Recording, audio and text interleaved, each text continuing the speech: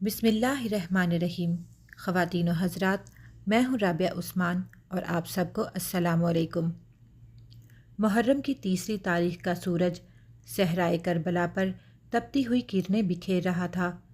گرمی اپنے عروج پر تھی اور فرات کا پانی یزیدی فوج کے پہرے میں تھا۔ خیمہ اہل بیت میں ایک بے قراری، ایک پیاس کا عالم تھا جس کی شدت الفاظ سے بیان نہیں کی جا سکتی۔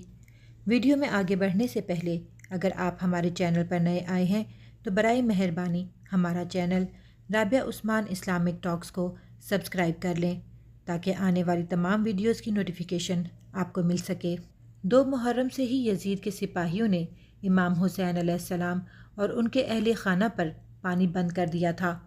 امام حسین علیہ السلام کے قافلے میں چھوٹے بچے، ضعیف عورتیں اور اہل بیت کے وفادار اصحاب شامل تھے۔ تیسرا دن آیا تو پیاس نے سب کو نڈھال کر دیا تھا۔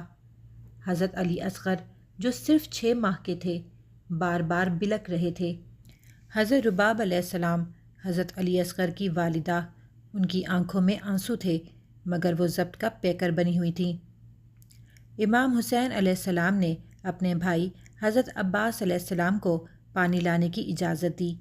حضرت عباس شیر دل مجاہد تھے جنہیں باب الحوائج بھی کہا جاتا ہے۔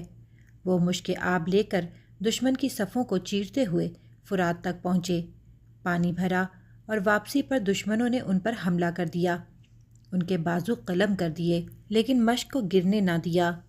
حضرت عباس علیہ السلام نے جب دیکھا کہ اب وہ خیمے تک پانی نہیں پہنچا سکیں گے تو انہوں نے مشک کو اپنے دانتوں سے تھاما مگر دشمن نے تیر مار کر مشک پھاڑ دی۔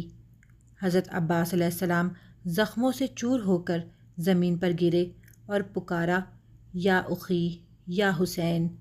امام دوڑ کر پہنچے، اپنے بھائی کو آخری بار سینے سے لگایا اور فرمایا، اب میری کمر ٹوٹ گئی۔ ادھر خیموں میں سیدہ زینب علیہ السلام، حضرت سکینہ علیہ السلام اور دیگر خواتین شدت پیاس سے نڈھال ہو رہی تھیں۔ سکینہ علیہ السلام بار بار پوچھتی تھیں، بابا، چاچا پانی کیوں نہیں لائے؟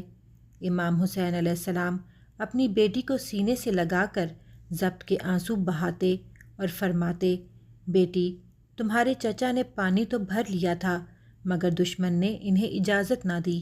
امام حسین علیہ السلام نے بار بار یزیدی لشکر سے پانی مانگا حتیٰ کہ بچوں کے لیے، مگر جواب میں تیر و تلوار ملتی۔ حضرت علی اصغر کو جب امام حسین علیہ السلام نے ہاتھوں پر اٹھا کر پانی مانگا تو ہرملا نے تیر مارا جو علی اصغر کے گلے میں پیوست ہوا۔ امام علیہ السلام نے لاشی کو خیمے میں لا کر دفن کر دیا۔ تیسرے دن کی رات کربلا کی سرزمین پر عجیب سناٹا تھا۔ خیموں میں پیاس، شہادتوں کا غم اور بے قراری چھائی ہوئی تھی۔ حضرت زینب علیہ السلام نے سب عورتوں اور بچوں کو تسلی دی اور نماز شب کا اہتمام کیا۔ امام حسین علیہ السلام تنہائی میں سجدے میں گرے، رب سے راز و نیاز کیے اور قربانی کے لیے تیاری کی۔ کربلا کا تیسرا دن اہل بیت کی پیاس و وفاداری، صبر اور عظیم قربانی کی ایک دل دہلا دینے والی تصویر ہے۔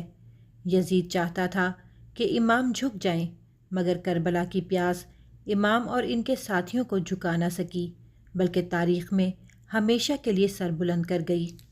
ناظرین، اسی امید کے ساتھ اجازت دیں کہ آپ کو ہماری ویڈیو پسند آئی ہوگی۔ ملتے ہیں بہت جلد ایک نئی اسلامی، تاریخی اور تحقیقی ویڈیو کے ساتھ۔ دیکھتے رہیں رابعہ عثمان اسلامک ٹاکس۔ اللہ رب العزت آپ کا حامی و ناصر ہو۔